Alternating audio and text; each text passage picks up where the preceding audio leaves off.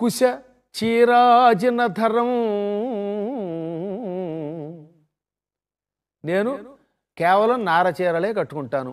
అజినము అంటే జింక చర్మం, చర్మాలే కట్టుకుంటాను.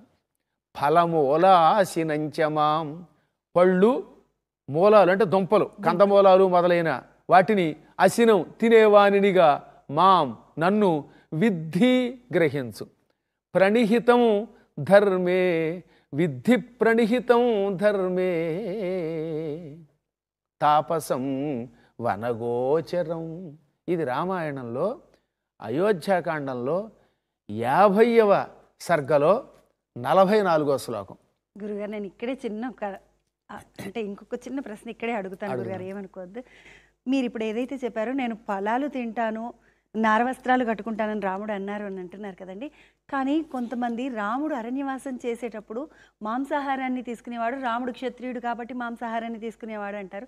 అది నిజంగా ఏదైనా శాస్త్రాల్లో ఉందా అండి, వేదాల్లో ఏమైనా ఉందా?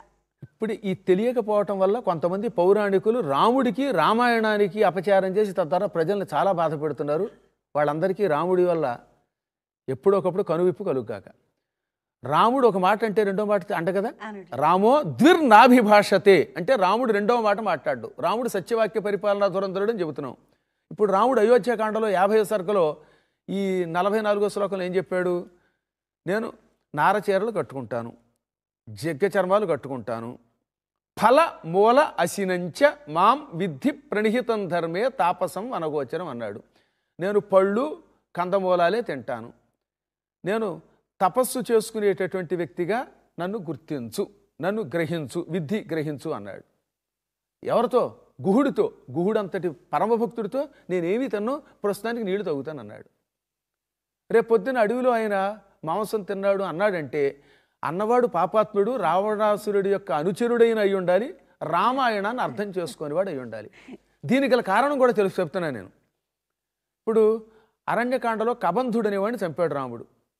ఆ కబంధుడు, నువ్వు కిష్కిందకి వెళ్ళు, దారిలో ఒక చోట చెరువు ఉంటుంది, ఆ చెరువులో చేపలు బాగుంటాయి, ఆ చేపలు కాల్చి లక్ష్మణుడు నీకు ఇస్తాడు, అవి తింటూ పెడితే బాగుంటాయి అని కబంధుడు అన్నాడు. ఎవరు? కబంధుడు లక్ష్మణుడితో అన్నాడు. అది కబంధుడి లక్షణం. వాడు ఇంకా దేవుడైనా పూర్తిగా శాపవిముక్తి పొందలేదు. వాడి దృష్టిలో చేపలు బాగున్నాయి, కాల్చేయమన్నాడు. అది లక్ష్మణుడు నిజంగా చేశాడా? చేసినట్టుంది, అక్కడ లేదు కదా. ఇప్పుడు నాకేదో తోచింది అనుకోండి, ఏమండే లంక వెళ్ళినప్పుడు అండి నాకు కూడా సలహా ఇచ్చారండి, నేను నా కుక్కర్ పట్టుకొని నేను వండుకు తింటాను, కొంచెం ఒక్క క్షణం ఎక్కువ తీసుకున్నా ఈ విషయం చెప్పాలి, మీకు చెప్పకపోతే ధర్మం తెలియదు కనుక నేను కుక్కర్ పట్టుకొని అన్నం వండుకు తింటూ ఉంటే వాడు అన్నాడు, అక్కడండి అదేదో వెస్ట్రన్ అని పేరుతో ఒక అద్భుతమైన హోటల్ ఉంది, ఆ హోటల్లో చాలా బాగుంటాయండి, చేపలు బాగుంటాయండి, మంచి మద్యం ఉంటుంది అన్నాడు. అంటే చేపలు తినేస్తామని వెళ్ళి అలా తిన్నాడంటే అంతకంటే నీచుడు ఉంటాడా? ఏది నా ఓటు అండి చెప్పేది. తినవచ్చు, దాని లక్షణాలు ఉన్నవాడిని పక్కన పెడతాను, నేను ధర్మంతో నిలబడతాను అనుకున్నవాడిని ఎలా తింటాను? కాబట్టి మీరు నాకు సలహా ఇచ్చి పలానా తోటకి వెళ్ళి బాగుంటాయంటే తినం కదా, తాగం కదా, నా నియమం నాకు ఉంటుంది. రాముడు అడవిలో తిన్నన్నాడు. కబంధుడు ఏమన్నాడు? కిష్కింద ఎడుతున్నప్పుడు దారిలో చెరువు ఉంటుంది, చెరువులో చేపలు బ్రహ్మాండంగా ఉంటాయి, అవి కాల్చిస్తే రుచిగా ఉంటాయి, ఇంకో చోట ఏవో జంతువులు ఉంటాయి, అక్కడేదో మాంసం తినచ్చని చెబితే అది విన్నారు వాళ్ళు, అంతేగాని వాళ్ళు ఏం తినలేదు. అందువల్ల గుర్తుపెట్టుకోవాల్సింది ఏంటంటే అది కబంధుడు చెప్పిన మాట. రావణాసురుడేమో రాముడు తండ్రి చేత మెడబట్టుకుని గెంటి వేయబడ్డాడు అని ఎవరికి? మారీచుడికి చెబితే అది ఉట్టి అబద్ధం, నువ్వు అబద్ధం విన్నావు. రాముడు తండ్రి చేత గెంటబడలేదు, తండ్రి వెనక్కి రమ్మని బతిమాలినా రాకుండా సత్యం మీద నిలబడి అడుగుకు వచ్చిన వాడని మారీచుడు చెప్పాడండి రాముడి గురించి. రామో విగ్రహవాన్ ధర్మః అని. అందువల్ల రాముడు ఎప్పుడూ తినలేదు.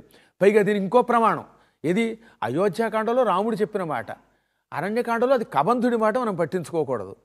మరొకటి ఏమిటి?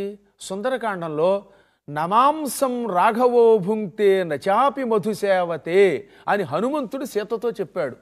రాముడు మాంసము తినడు, నచాపి మధుసేవతే మధువుని కూడా సేవించడు.